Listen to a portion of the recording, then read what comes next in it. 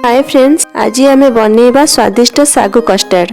Channel रे custard रो अनेक प्रकार रेसिपी रो वीडियो अपलोड होईची। तळे थिबा डिस्क्रिप्शन बॉक्स रे चेक करि परिबे। तो चलंतु देखि नबा आज रे रेसिपी। तो सागु कस्टर्ड बनइबा पाई मु एठी आधा कप सागुदाना नेछि। ग्राम रे कहले 50 ग्राम हेबो। छोट दाना बड़ दाना जे कोनोसी सागु नेई परिबे। सागु को भल भाबे धोई सागुर स्टार्च सब बाहर करि नेबा। तापरे गोटे कढ़ाई बसैबा, सेथिरे 2 कप पानी देबा। पानी फुटी आसिले आमे सागुदाना को देबा। सागु एमती फुटी आसी हल्का ट्रांसपेरेंट होई आसिले गैस रो फ्लेम को बंद करी संगे संगे गोटे छाणी रे छाणी देबा। ए काम टिके जल्दी करिवार अछि। सागु ठंडा होई गेले बहुत बहरिया होई जाय थाए, तो सेथि पई गरम गरम छाणी नेबा। तापरे सेम कढ़ाई रे मु एठी 2 कप क्षीर नेछि, गोटे कप पानी देउछि, गोटे कप चीनी दे गोळै नबा। तो कस्टर्ड हल्का मीठा हेले टेस्ट लगी थाए। आपण आपनका टेस्ट हिसाब रे चीनी रा मात्रा कम बेसी करि परिबे।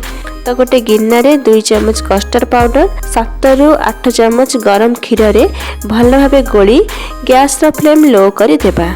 कस्टर्ड देला मात्रे संगे संगे गोळैबा स्टार्ट करिबा। ए धीरे धीरे गाढ़ हेबाकु लागिबो, बेसी बहरिया करिवेनी।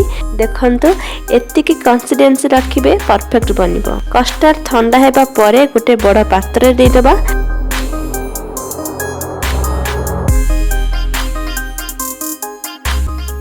एबे सेतिरे सागुदाना को दे भल भाबे मिसै नबा।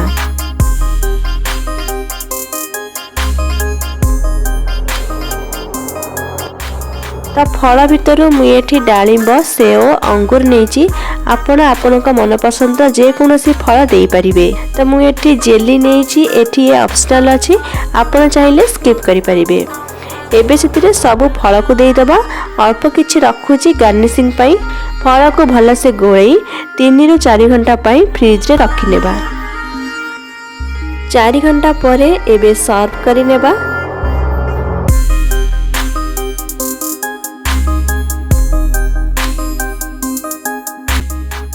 ऊपर किसी फल दे डेकोरेट कर नौछि। आपण माननको जदि ये रेसिपी पसंद आसे वीडियो को लाइक शेयर और चैनल को प्लीज सब्सक्राइब करि नेबे। पुणी आसीबी आ गोटे रेसिपी नै रहूछि। धन्यवाद। जय जगन्नाथ।